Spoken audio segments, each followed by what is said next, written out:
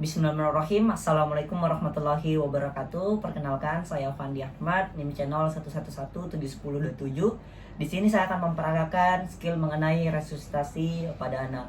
Di mana indikasi dari prosedur ini yaitu apabila didapatkan anak henti napas atau henti jantung atau pneu, maka kita bisa menggunakan prosedur ini sebagai penanganan hal tersebut.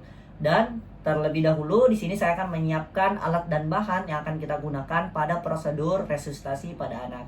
Yaitu pertama adalah ambu bag, di mana terdiri dari masker yang kita pilih sesuai dengan umur dari pasien. Kemudian ada selang oksigennya, kemudian ada pipa orofaring, kemudian ada section, kemudian ada pengisap lendir yang dilakukan pada bayi, kemudian ada juga pipa nasogatrik yang nanti kita berikan pada pasien. Pipa nasogatrik, kemudian ada manekin, dan juga ada handscoon sebagai alat proteksi untuk diri kita.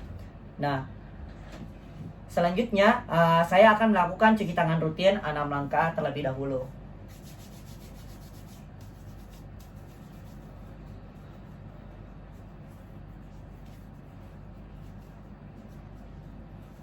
Setelah saya melakukan cuci tangan rutin, selanjutnya yaitu saya memakai handscoon sebagai proteksi diri.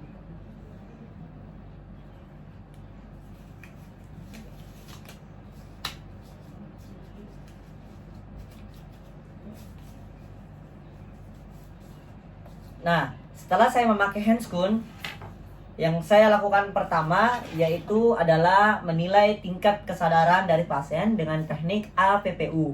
Apa itu APPU? Yaitu adalah alert verbal, pain, and unresponse. Pertama, alertnya kita pastikan bahwa pasien itu dalam keadaan sadar atau tidak sadar. Kemudian verbalnya, kita menilai verbal dengan cara memanggil untuk melihat respon dari korban atau pasien. Dek, adek, adek, adek, seperti itu. Kemudian kita memberikan rangsangan nyeri untuk menilai dari pain dari korban dengan cara mencubit di bagian glabella, di sternum, dan di ujung kuku atau di kuku dari korban untuk menilai rangsangan nyerinya. Dan apabila pasien itu atau korban tidak merespon, berarti termasuk unresponsive.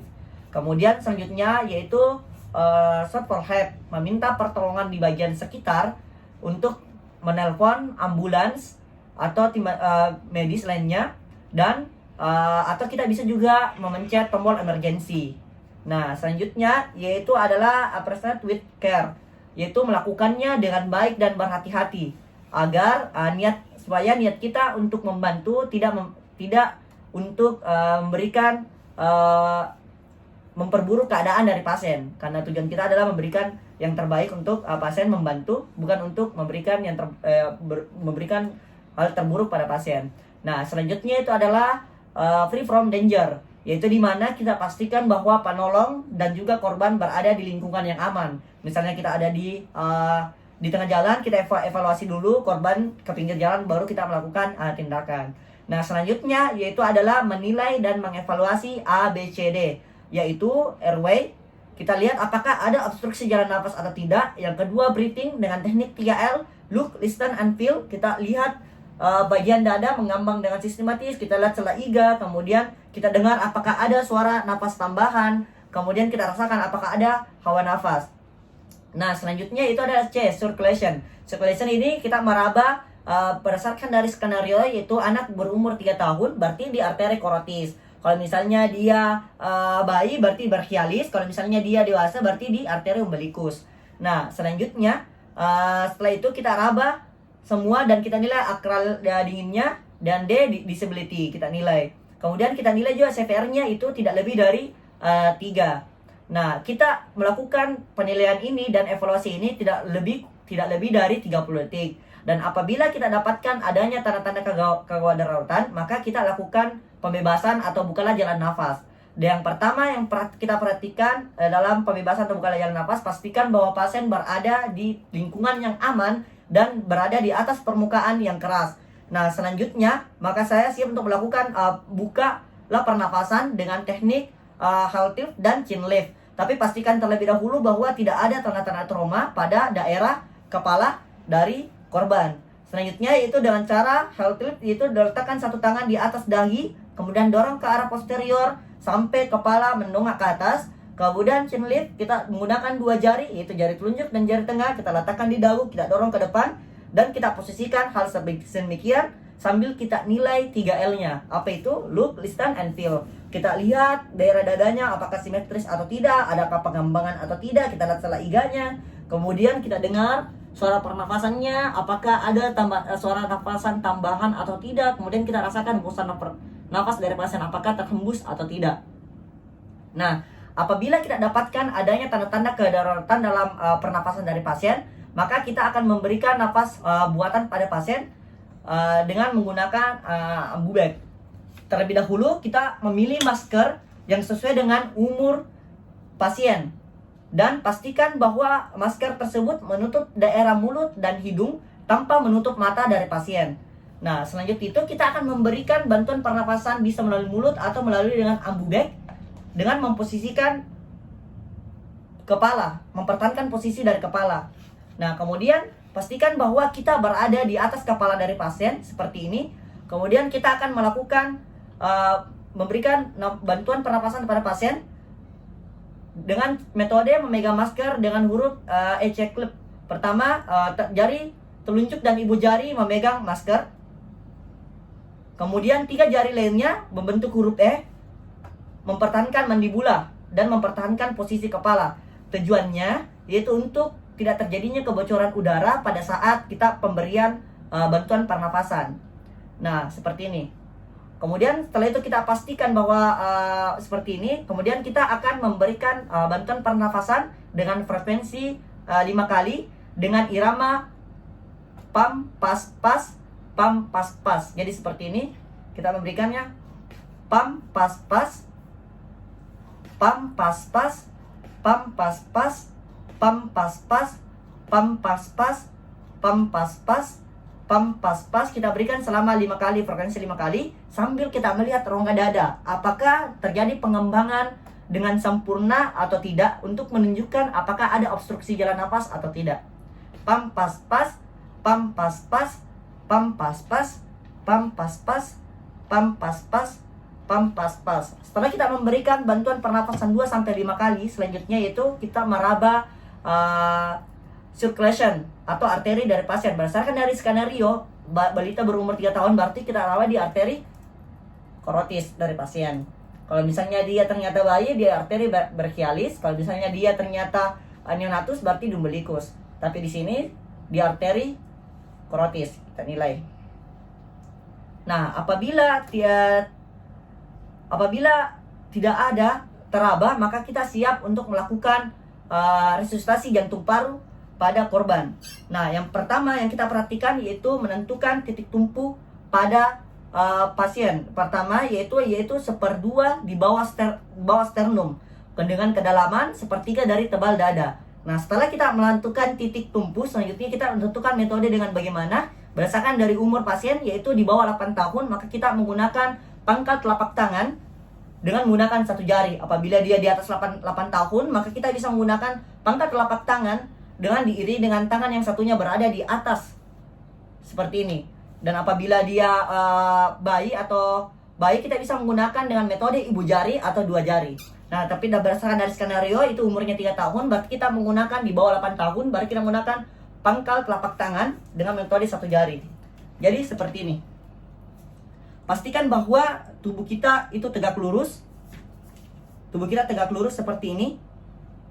Nah, kita akan memberikan dengan perbandingan antara kompresi dan ventilasi yaitu 30 berbanding 2 apabila dilakukan dengan seorang. Tapi apabila dilakukan dengan 2 orang, maka perbandingannya yaitu 15 kompresi berbanding 2 ventilasi. Dan kita frekuensinya kita berikan sebanyak 100 kali per menit.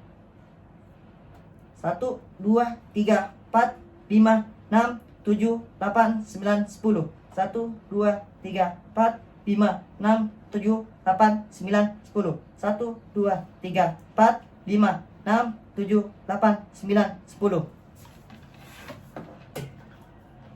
pam pas pas, pam pas pas, pam pas pas, pam pas pas. Nah, itu dengan perbandingan 30 berbanding 2 kita lakukan selama 5 siklus atau selama 2 menit.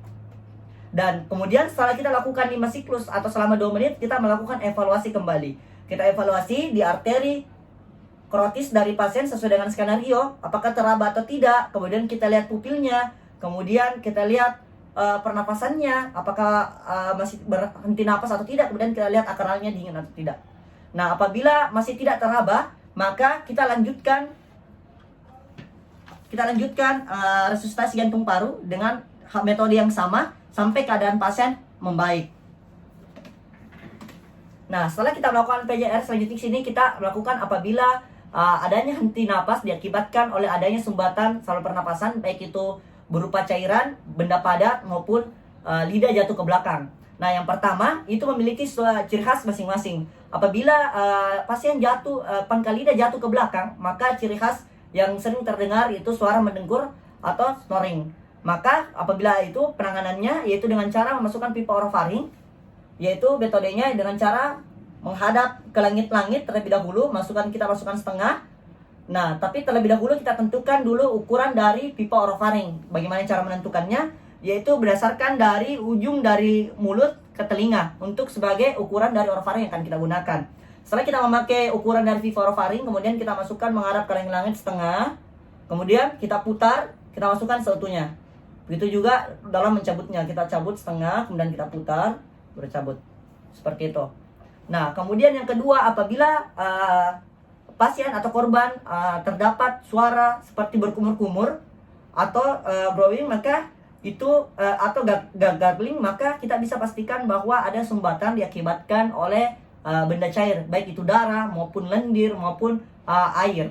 Nah, dengan cara kalau misalnya masih neonatus atau bayi baru lahir, maka kita menggunakan pipa pengisap lendir.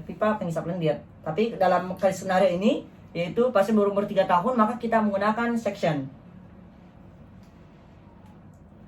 Dan kena section kita isap.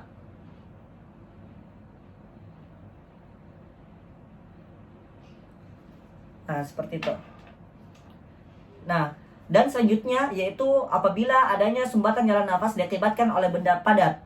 Nah, benda padat ini harus kita awasi atau kita lihat atau memiliki ciri khas tersendiri, yaitu ketika batuk dia tidak ada kuat. Maka kita bisa menggunakan pertama back blow, yaitu dengan cara memegang pasien seperti ini dengan satu tangan, dan kita pastikan bahwa ini dengan tujuan bahwa pasien tidak tersungkur jatuh ke bawah. Kemudian kita membuat garis khayal antara vertebra dan juga tulang belikat. Kemudian ketika kita mendapatkan garis khayal, titik khayalnya, maka kita siap untuk melakukan tepukan dengan cara mengepalkan tangan seperti ini dan melakukan pengepukan sebanyak 5 kali dengan cara mendorong seperti ini.